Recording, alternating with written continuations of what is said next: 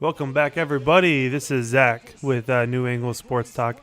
We're going to be recapping the Game 5, which was actually the series finale, just so you guys know.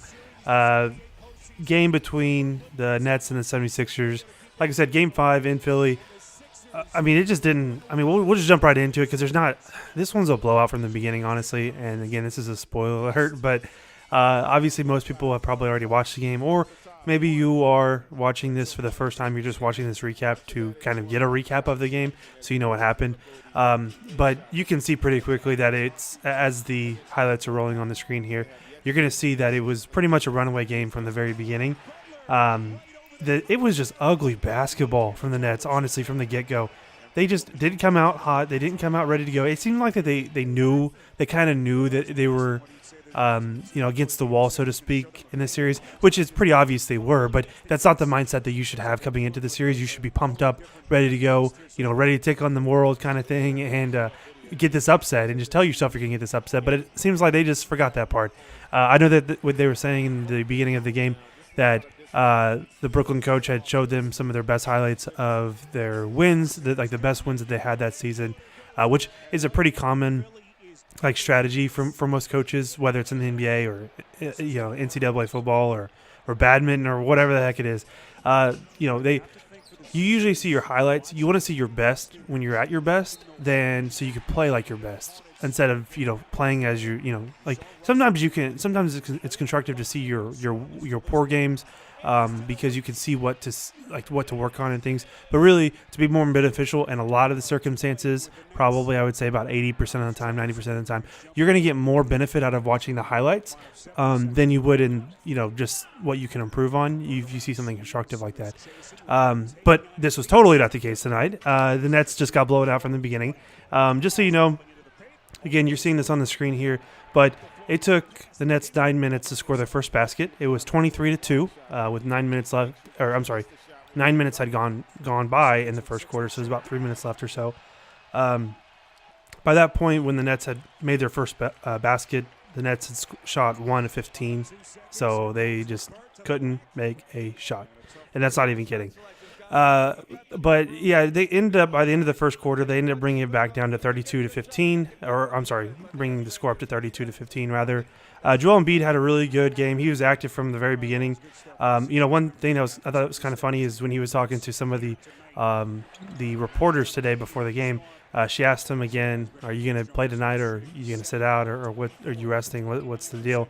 And he said he's going to keep them guessing until the NBA Finals, which I thought was an overstep because you're not going to the NBA Finals. But, it's okay. I don't think you are, at least. I mean, some people in these comments, if you think the 76ers are going to the NBA Finals, leave that in the comment. Just tell me why you think that, and maybe I'm totally wrong. And if I'm totally wrong, you can just tell me, and at least you're commenting, so that'd be cool, and I can engage back with you. But anyways, Embiid, again, from the get-go, he just was very active. He ended the quarter with 10 points, 7 rebounds. But one thing is I don't actually remember if this was the first quarter or the second quarter. I went a little blank here whenever I saw this. But Embiid got another tech. So you just need to be mindful. Again, you're coming out active. You're coming out hot. You're coming out with a lot of energy, but you're getting that technical foul. You got to prepare yourself for the future in the series. You got to figure out, the next couple series, if you get past the Raptors, which, again, spoiler alert, they're going to go past and they're going to play the Raptors. They're going to beat the Nets tonight. But you have to be mindful of that matchup that you're having next series. And then also possibly if you beat the Raptors, who are you playing after that? Like, you're either playing Boston or probably more than likely you're going to be playing the Bucks. And so you just can't get frustrated. You got to stay level-headed and that kind of thing. But you just got to be mindful of it. He really wasn't. Boban did have a really good game as well, too. I think he did. The problem was with the Nets is they couldn't match the size. They have Jared Allen, they have some other good players. They have Ed Davis, things like that, but they're not tall enough. They're not agile enough. Jared Allen will be there one day. I think he's going to be a decent center in the league. I don't think he's going to be like a top 20 player in the league.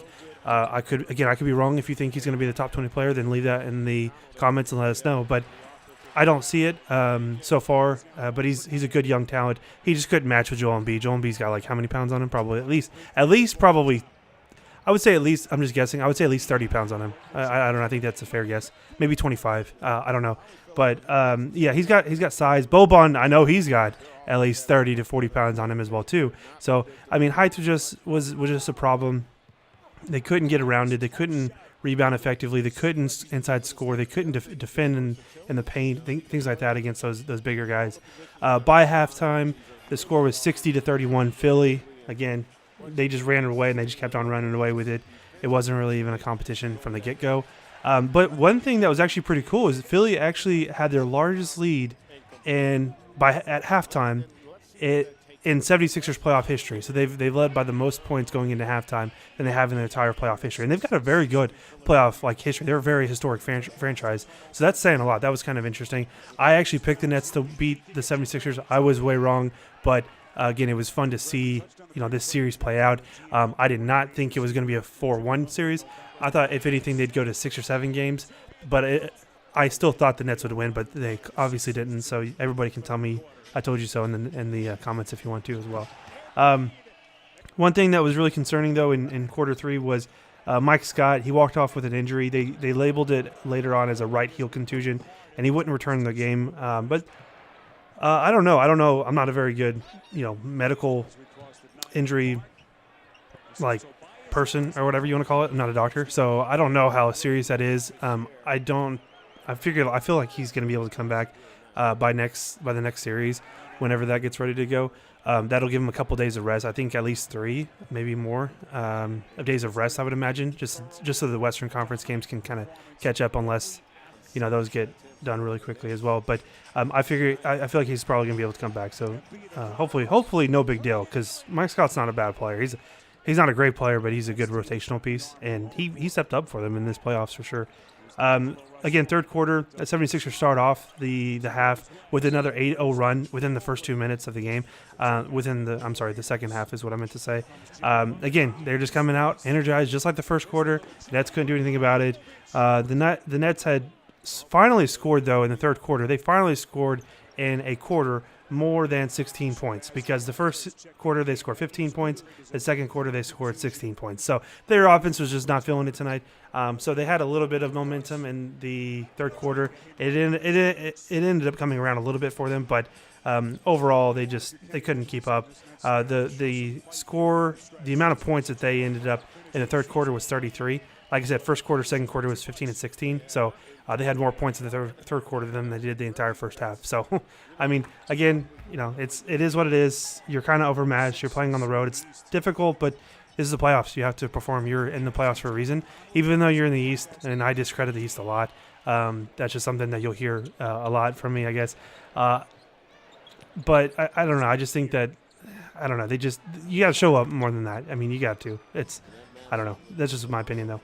Other than that, there wasn't really a ton of highlights in the remainder of the third quarter and the fourth quarter. I'm just kind of looking at overviews at this point. Watched the entire game, but it was basically just garbage time at that point, garbage minutes for these players, just to kind of get them more, if they ever had to call on their bench. Like, for example, the 76ers played some Greg Monroe in the fourth quarter. That was, again, if Joel Embiid has technical foul issues or flagrant foul issues. I think he has 3, if I remember correctly, they said, or 2. I think they said 3, though. Then, Greg Monroe is somebody you got to call on, because he's a center for you. You don't have too many centers on that team. So, besides Boban, of course. But I think next time, if they have to start, if Joel Embiid does miss another game, you start Boban over Greg Monroe. Last time, game 1 or game 2, whatever it was, I think it was game 1, they started Greg Monroe over them, and it didn't really work out too well. So, but yeah, other than that, though, like I said, Philly moves on. They're going to play the Raptors in round 2. This is going to be a fun series with those two teams. Embiid and Marc Gasol is kind of a interesting matchup. I mean, they obviously have several players there, but if you think about it, Marc Gasol, I know he's not the defensive presence he once was, but he was a defensive player of the year a few years ago. He still has some. I mean, it's not something you just lose. Like, you have some. You have defensive capability. You have Pascal Siakam. You have Kawhi Leonard. You have a lot of players that can step up. But my personal opinion, the key to slowing down the 76ers is containing Joel Embiid, getting him frustrated, like I said, making him miss games because of technical fouls or flagrant fouls or whatever it is. Letting them get emotional. Now, they don't really get emotional that much. They kind of just laugh, and they're good. They're a good-hearted team, so to speak. They just are a fun-loving team, I guess. They just like to have fun and stuff, and just joke around and stuff, which is fine. But it's going to take a lot to kind of frustrate him, I think, and that's kind of, I don't know. I think that matchup is the key matchup that I'm focusing on the most in the second round for those teams. But the Raptors did lead the regular season series 3-1 over the